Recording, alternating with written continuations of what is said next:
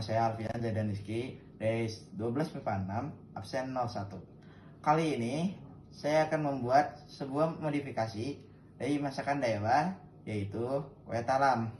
Nah, untuk bahan-bahannya yang pertama dan yang terutama adalah beras tepung, kedua santan, ketiga adalah singkong, lalu gula, vanili, dan garam, keju craft, dan susu kental manis.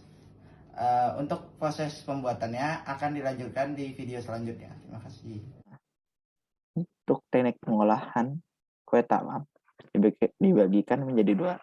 Yang pertama ada merebus, boiling. Proses ini dilakukan ketika saya sedang memasak singkong pada tahapan awal membuat kue talam. Proses ini juga dapat disebut sebagai merebus karena pada proses ini kita juga memasak dengan menggunakan air yang mendidih dengan daun pandan yang dipisah sebagai aroma pada kue talam ini. Terus yang kedua ada teknik steaming. Atau dengan istilah lain mengukus. Teknik ini dilakukan dengan panci khusus yang terdiri dari dua bagian yang namanya adalah dandang. Nah, untuk bagian bawah yang adalah dengan diisi dengan air yang mendidih.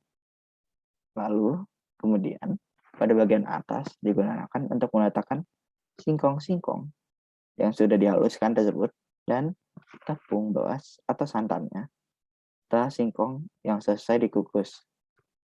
Masakan pun akan matang berkat uap panas yang dihasilkan pada teknik steaming. Lanjut saja yang kelima. Ada teknis. Terus yang kelima adalah cara pengolahan kue talam. Nah, pertama-tama, panaskan air sebanyak 500 ml dan daun pandan di atasnya. Masak sampai air menjadi panas atau air mendidih atau hingga kalian mencium aroma dari daun pandan tersebut. Kedua, kemudian tempatkan aluminium tray atau cupnya yang sudah dilapisi dengan margarin ke dalam dandang. Lalu tunggu hingga aluminium tersebut menghangat. Yang ketiga, sebelum kita memberi porsi untuk masing-masing aluminium tray, singkongnya terlebih dahulu diparutkan, lalu diberikan gula, santan, dan vanili sebagai rasanya. Yang keempat, jika sudah menghangat, tuangkan tuangkan singkong yang sudah dihaluskan dengan porsi sama banyaknya. Lalu padatkan dan tekan adonan singkong sampai permukaan rata dan kukus. Jika sudah, buka dandang lalu masukkan adonan santan di atas singkong yang mudah dikukus tersebut dan tunggulah selama 15 menit. Oh ya, untuk adonan singkongnya sendiri ditunggu selama 10 menit. Dan yang terakhir, buka dandang dan keluarkan kuenya lalu diinginkan. Setelah itu berikan topping yang diinginkan dan kue talam siap untuk disajikan.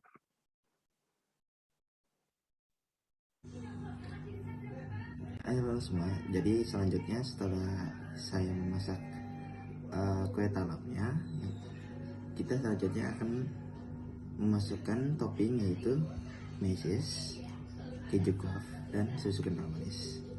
Pertama-tama kita ambil keju craftnya, kita masukkan yang sebelah kanan.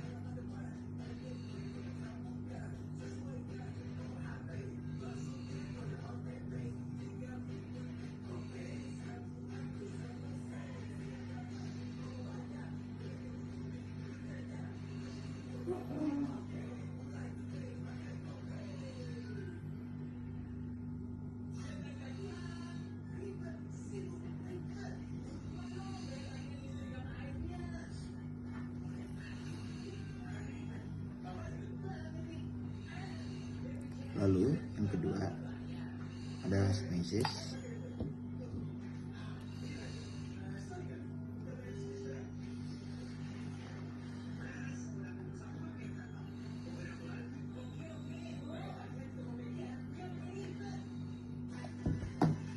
Dan yang terakhir ada memasukkan keduanya dengan susu kental manis.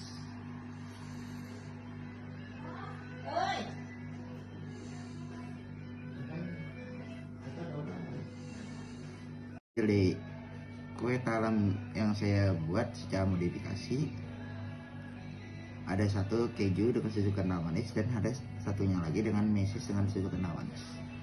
Bisa dilihat.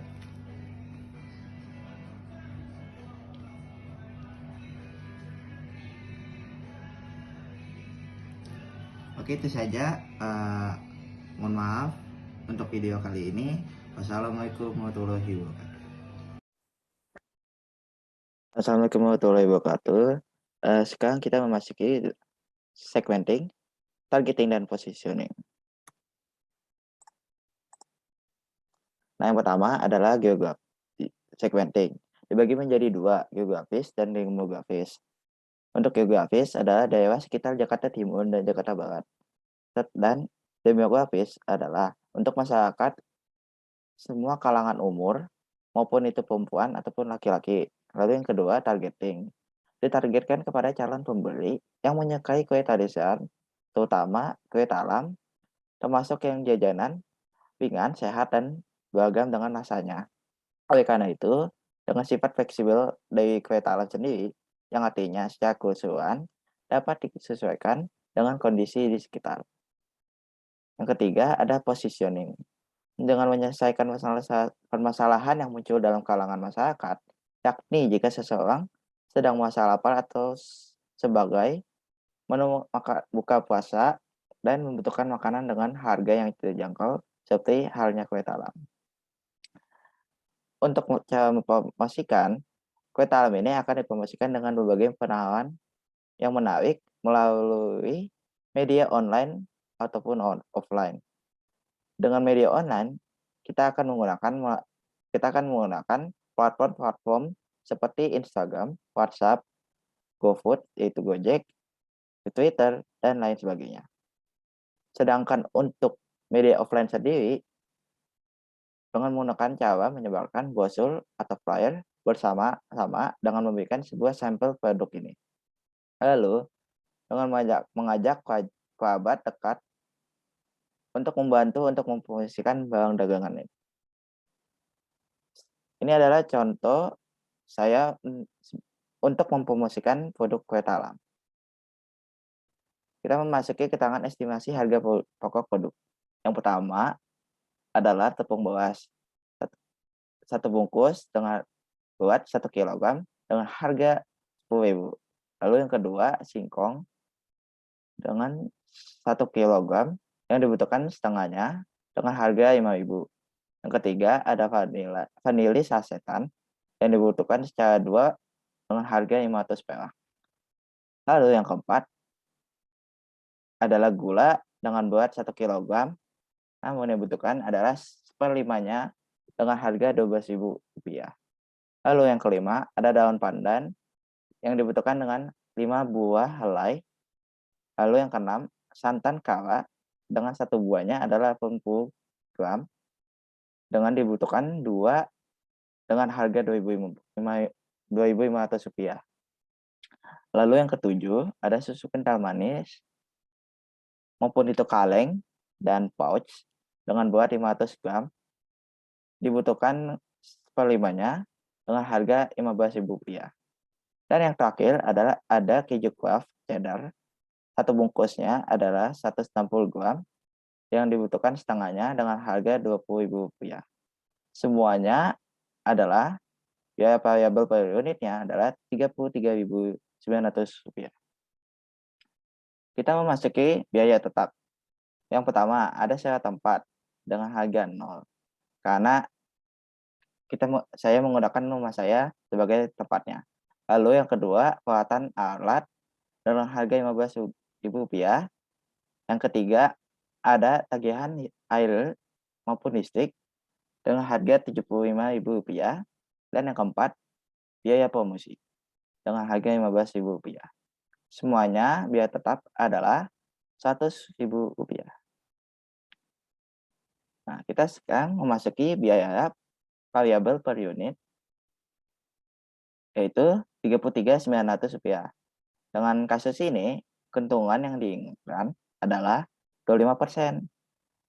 Nah, lalu dengan harga variabel per unit tersebut, kita kalikan 125 dan mendapatkan hasil Rp42.375. Selanjutnya, kita memasuki perhitungan BP. Ada dua di sini. Yang pertama ada BP unit. BP unit adalah biaya tetap dibagi dengan harga per unit biaya variabel per unit. Biaya tetapnya ada 100 dibagi 42.375 dikurang 33.900 yang kita dapatkan tadi. Lalu dengan BP unit kita dapat membuat 12 unit. Dan yang kedua adalah BP rupiah.